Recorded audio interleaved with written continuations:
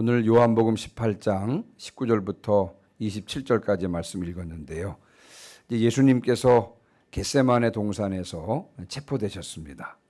그리고 이제 군대와 또 천부장과 유대인의 아랫사람들이 예수님을 결박해서 누구에게 끌고 갔냐면 18장 12절부터 13절에 보면 안나스에게로 끌고 갔습니다. 근데 안나스에 대해서 성경은 증언하기를 그의 대제사장인 가야바의 장인이었다라고 성경은 증언하고 있습니다. 자, 이제 오늘 본문은요. 우리가 읽은 이 본문은 예수님께서 안나스에게 신문을 당하는 장면을 다루고 있고요. 뿐만 아니라 베드로가 예수님을 3번 부인한 이야기도 함께 다루고 있습니다. 요한복음을 쓴 사람은 사도 요한이거든요. 세베대의 아들 야고보와 요한할 때 그 요한인데 이 사도 요한이 요한복음의 저자인데 의도적으로 이 예수님과 사도 베드로의 이야기를 함께 엮었습니다. 그래서 아무것도 부인하지 않으시는 예수님과 또 모든 것을 부인하는 베드로를 서로 대조시키고 있습니다.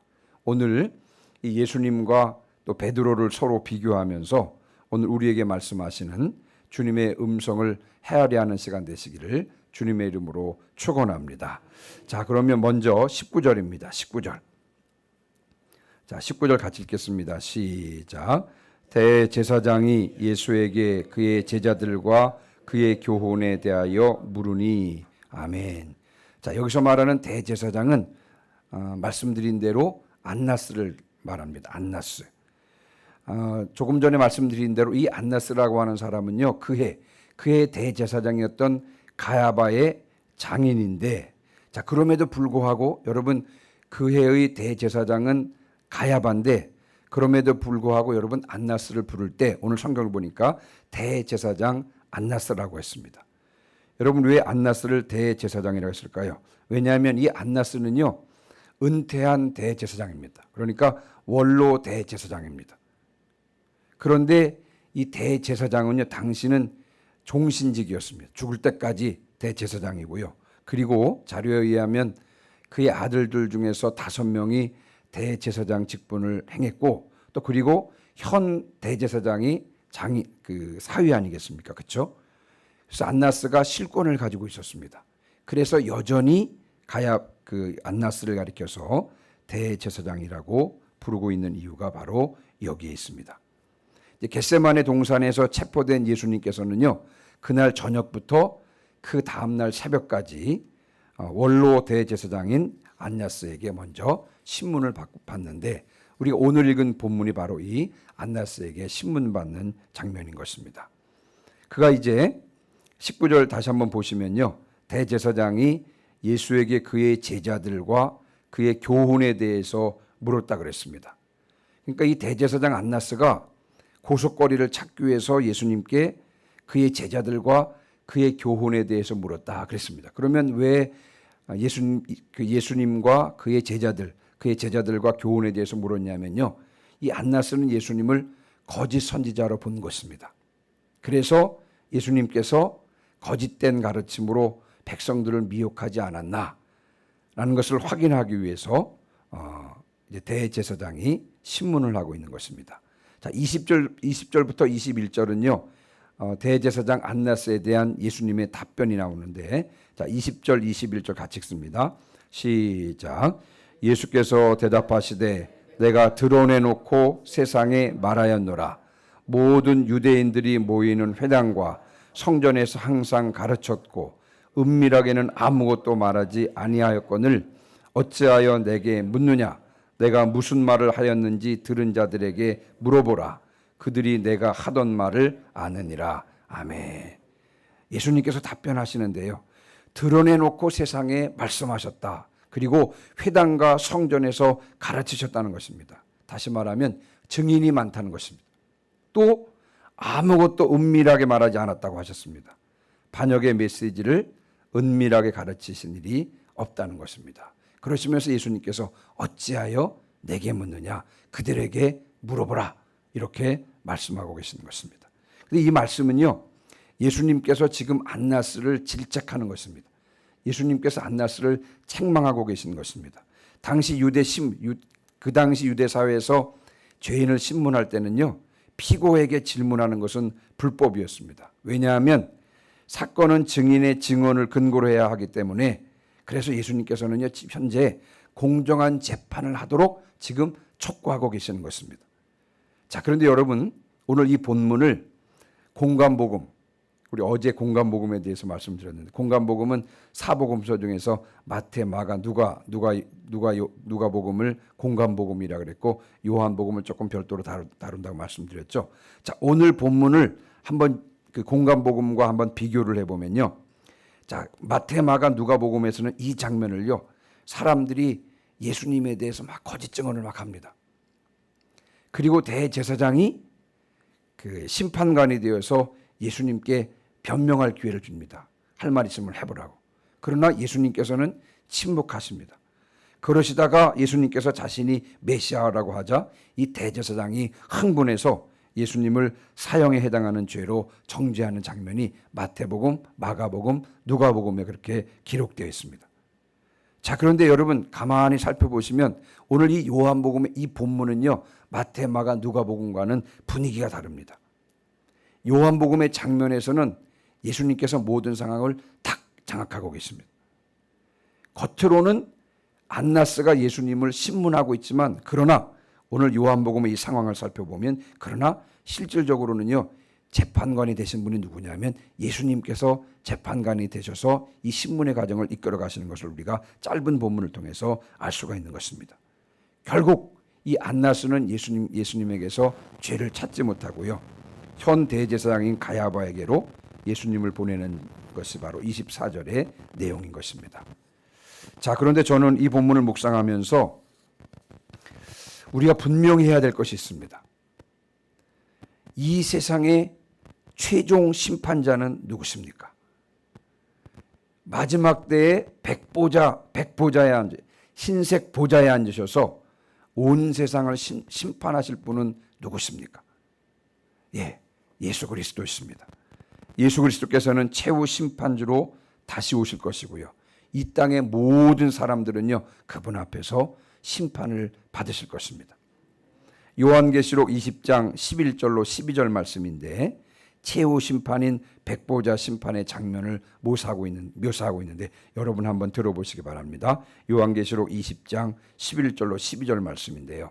또 내가 크고 신 보좌와 그 위에 앉으신 이를 보니 땅과 하늘이 그 앞에서 피하여 간 데 없더라. 또 내가 보니 죽은 자들이 큰 자나 작은 자나 그 보좌 앞에 서 있는데 책들이 펴 있고 또 다른 책이 펴졌으니 곧 생명책이라. 죽은 자들이 자기 행위를 따라 책들에 기록된 대로 심판을 받으니.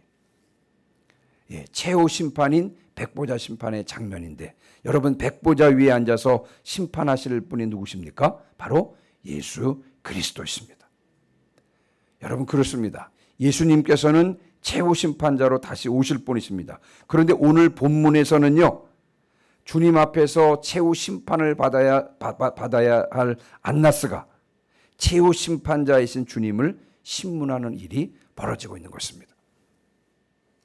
그렇죠? 최후 심판자는 예수 그리스도신데, 그리고 예수님 앞에 안나스도 결국 최후 심판을 받아야 될 자인데, 오늘 본문은요, 그런데 안나스가 최후 심판자이신 주님을 신문하는 그런 장면을 우리가 오늘 본문을 통해서 보게 되는 것입니다. 여러분 왜 이런 일이 일어난 것일까요? 우리가 예수님께서 세례 요한에게 세례 받으시는 장면을 한번 떠올려 보시기 바랍니다. 예수님께서 세례 요한에게 세례를 받기 위해서 세례 요한에게로 오셨습니다. 그때 여러분 세례 요한이 말립니다. 마태복음 3장 14절 말씀해 보니까 내가 당신에게서 세례를 받아야 할 터인데 당신이 내게로 오시나이까 라고 하면서 여러분 세례 요한은 예수님을 말렸습니다. 그때 예수님께서 하신 말씀이 마태복음 3장 15절에 기록되어 있는데요. 이제 허락하라. 우리가 이와 같이 하여 모든 의를 이루는 것이 합당하니라. 그렇게 말씀하시면서 여러분 예수님께서는요 세례 요한에게 세례를 받으셨습니다. 여기서 말하는 세례는 회개의 세례잖아요. 근데 여러분 예수님은 회개의 세례가 필요하신 분이십니까? 여러분 그렇지 않습니다. 예수님은 회개의 세례가 필요 없으신 분이십니다. 그러나 인간의 죄짐을 대신 지시기 위해서 회개의 세례를 받으시고 결국 인간의 죄짐을 짊어지시고 십자가 위에서 대신 피 흘려 주신 것입니다. 이렇게 하심으로 모든 다시 말하면 하나님의 뜻을 이루신 것입니다. 최후 심판자 되실 그분께서 안나스 앞에서 신문을 받는 이유는 무엇입니까? 십자가에 넘겨지기 위해서 그런 것입니다. 다시 말하면 하나님의 뜻을 이루기 위해서 그런 것입니다. 하나님의 뜻을 이루기 위해서 기꺼이 예수님께서는 모욕과 수치와 조롱을 당하신 것입니다. 요한복음 4장 34절에 예수님께서 이렇게 말씀하십니다. 나의 양식은 나를 보내신 이의 뜻을 행하며 그의 일을 온전히 이루는 이것이니라. 다시 말하면 예수님께서 존재하시는 목적이 무엇이냐? 바로 하나님의 뜻을 행하는 것이다 라고 제자들에게 밝혔습니다. 여러분, 두 사람의 뜻이 같지 않고는 동행할 수 없다고 아모스서 3장 3절이 말씀하고 있고요.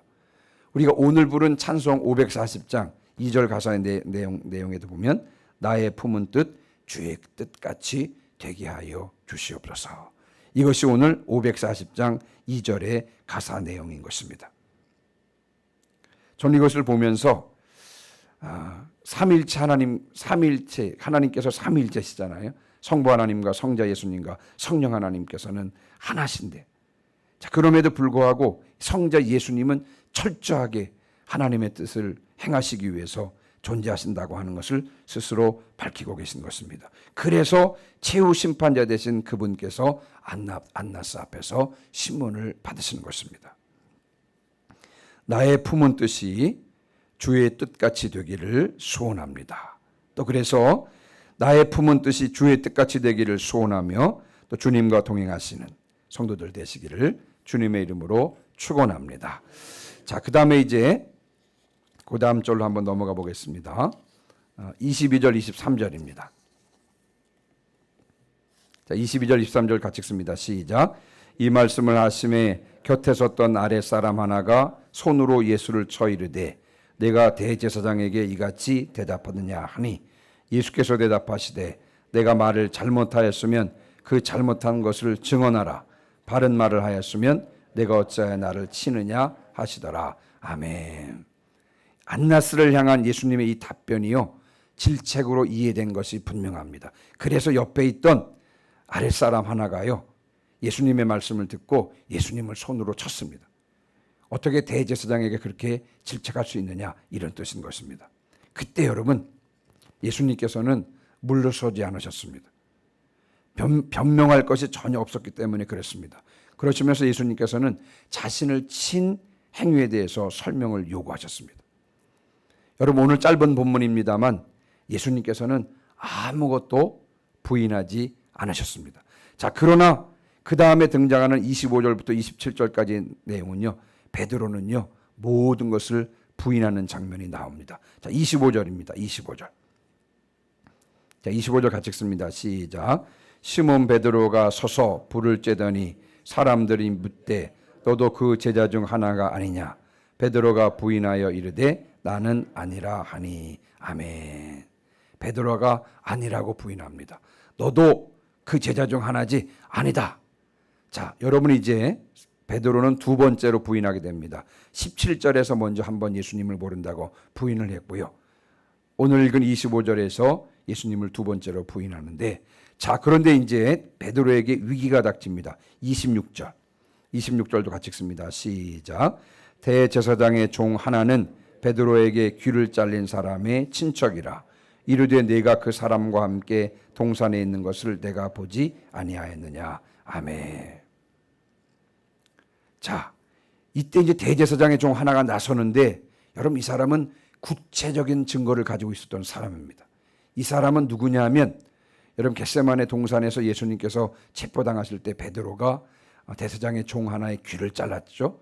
그 종의 이름을 말고라고 18장 10절은 증언하고 있는데, 그 베드로가 귀를 잘랐던 사람의 친척이었습니다. 그리고 예수님께서 체포되셨던 그 현장에 있었던 사람입니다. 현장에서 베드로를 직접 본 사람입니다. 이 사람이 베드로에게 다그칩니다. 네가 그 사람과 함께 동산에 있는 것을 내가 보지 아니하였느냐. 이 사람은 구체적인 증거를 들여대면서 도전적으로 확신에 차서 베드로를 다그칩니다만, 그럼에도 불구하고 여러분, 베드로는 예수님을 모른다고 부인했습니다. 마태복음에서는 예수님의 부인을, 베드로의 부인을 더욱 자세하게 다루고 있는데요. 첫 번째 부인할 때는 부인하여 이르되, 단순히 이렇게 표현을 했습니다만, 베드로가 예수님을 두 번째 모른다고 할 때는 맹세하고 또 부인하여 이르되 이렇게 표현하고 있고요. 세 번째 모른다고 할 때는요, 저주하며 맹세하여 이르되라고 기록하고 있습니다. 이것은 잘 아시는 대로 여러분 13장 38절의 성취입니다. 베드로가 예수님께 말씀드렸잖아요. 주를 위해서 내가 목숨을 바치겠습니다. 그랬더니 예수님께서 뭐라고 말씀하셨죠? 내가 나를 위하여 네 목숨을 버리겠느냐? 내가 진실로 진실로 네게 이르노니 닭 울기 전에 네가 3번 나를 부인하리라 라고 말씀하셨습니다. 27절입니다. 이에 베드로가 또 부인하니 곧 닭이 울더라. 여러분, 예수님의 말씀대로요, 베드로는 닭 울기 전에 예수님을 3번이나 모른다고 부인했습니다. 누가복음 22장 61절의 기록에 의하면 닭이 울 때 예수님께서는 돌이켜서 베드로를 바라보셨다라고 그렇게 기록하고 있습니다. 여러분, 예수님과 눈이 마주쳤을 때 3번 부인을 하고 닭이 우는 소리를 듣고 있었던 그 베드로가 예수님과 눈이 마주쳤을 때 여러분, 베드로의 심정은 어땠을까요? 다른 복음서에서는요, 밖에 나가서 심히 통곡했다라고 그렇게 기록하고 있습니다. 아마 베드로는 자신의 연약함과 무능력함을 생각하고요, 밖에 나가서 심히 통곡했습니다. 결국 예수님께서는요, 자기가 사랑하던 그 예수님의 순환의 길에 동반자가 되지 못했습니다. 또 예수님께서는요, 당신이 사랑하던 그 제자들의 지지도 받지 못한 채 홀로 자신이 그 순환의 길, 십자가의 길을 걸어가셨던 것입니다. 자, 그러면 예수님을 따르는 제자로서의 시몬 베드로의 삶은 여기서 이대로 끝나는 것입니까? 예수님을 3번 부인한 채로 이대로 끝나는 것입니까? 여러분, 그렇지 않습니다. 요한복음 21장에 보면 이제 부활하신 주님께서 다시 베드로를 찾아오십니다. 여러분 잘 아시는 대로요. 그렇죠? 갈릴리 호숫가로 이제 부활하신 주님께서 베드로를 찾아오십니다. 그리고 그 자리에서 베드로가 회복이 됩니다. 베드로는 다시 섬김의 사명을 부여받고요, 결국은 이제 로마에서 순교당하는 것으로 그의 인생을 마무리하게 되는 것입니다. 예수님은 아무것도 부인하지 않으셨습니다만, 그러나 베드로는 모든 것을 부인했었습니다.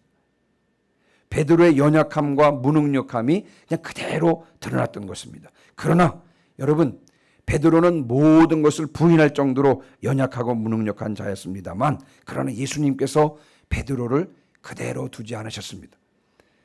예수님께서는 베드로의 삶을 그대로 끝나도록 내버려 두지 않으셨습니다.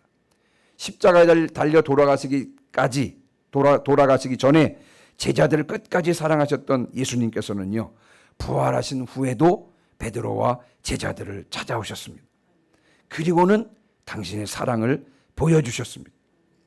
예수님의 사랑을 다시 한번 확인한 베드로는 결국 예수님처럼요, 이후에는 아무것도 부인하지 않은 그런 인생으로 생을 마감하게 되는 것입니다. 여러분, 우리는 한없이 연약하고 무능력합니다. 그러나 아무것도 부인하지 않으시는 주님의 사랑이 내 속에 부음받으면, 아무것도 부인하지 않으신 예수님의 사랑이 내 속에 부음받으면 우리는 예수님의 제자로서 아무것도 부인하지 않고 예수님을 따라갈 수 있게 되는 줄 믿습니다.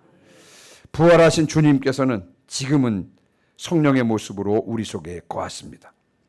우리 삶의 주인이 되어 주셔서 모든 일을 부인하지 않도록 우리를 이끌어 주시는 줄 믿습니다. 언제나 부활의 주님을 주인으로 모시고 언제나 예수님을 시인하는 삶이 되시기를 주님의 이름으로 축원합니다. 아멘. 430장